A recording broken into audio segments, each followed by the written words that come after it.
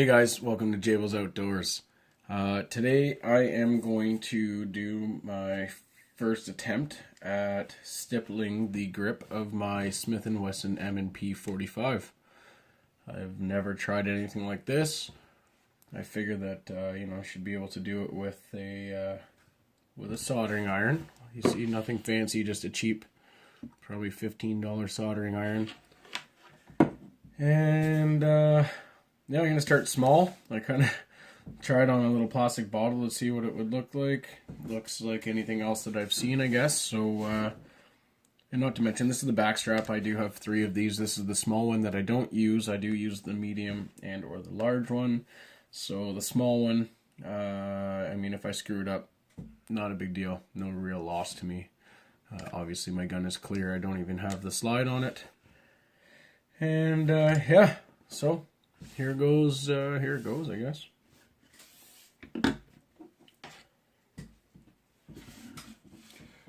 So what I've understand here is that basically I'm going to make small, light, quick dabs because I don't want really deep, straight holes. I kind of just want it to be more textured. Yeah, I'm just going to go and don't try to do any kind of special pattern. I'm supposed to just kind of start in a spot, work out from it, and go from there. So here we go.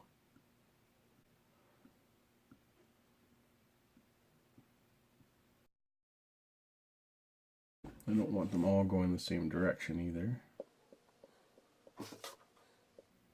This is my very first time ever doing anything like this. It really looks holy, and I don't really want that effect. Wonder how I can change that. Alright, so I'm making some pretty decent progress here. How can you see this? Got it halfway around the back, around the side. So what I'm seeing here is that, one, you don't really want to you don't really want to allow your soldering iron to slide. It's really just a quick straight in and out.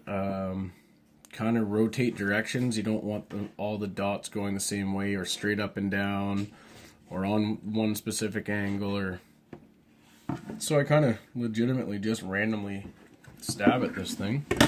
Show you what I'm doing here.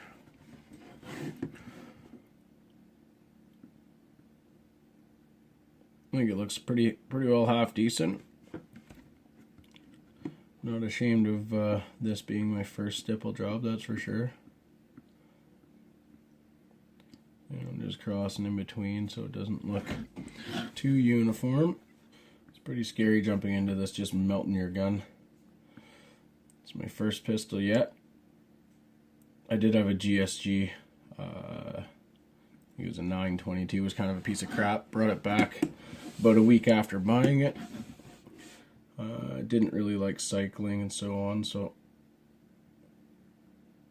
I'm trying to stick with these factory lines because I kind of really like that clean little crisp line on the edge.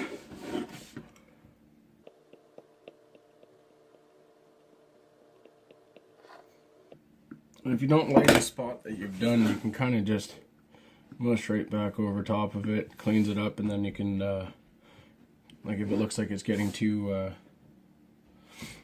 uniform, you kind of just mush over it and then it'll change the look of the direction of the stippling.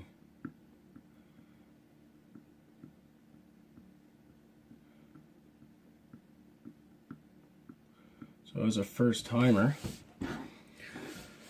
it's not too scary. The initial couple stabs at it were a little bit nerve-wracking, but once you start seeing it melt and kind of look like all the other ones on the internet, it's not so scary.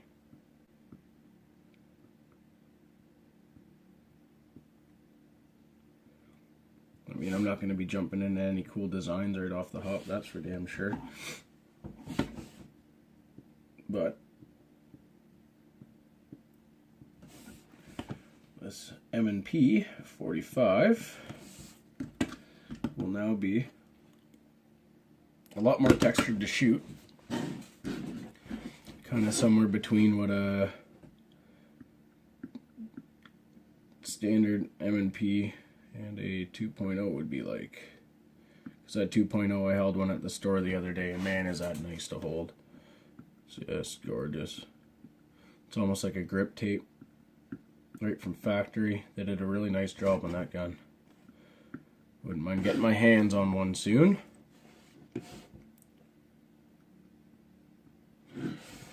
Anyway, stay tuned and I'll show you the end product. I don't want to bore you guys any longer with this.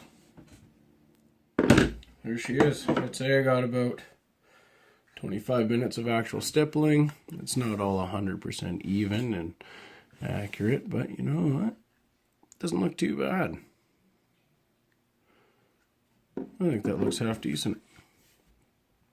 Anyways, thanks for watching my very first stipple job. Please comment, rate, subscribe. Let me know what you think of all the stuff I do. Thanks for watching.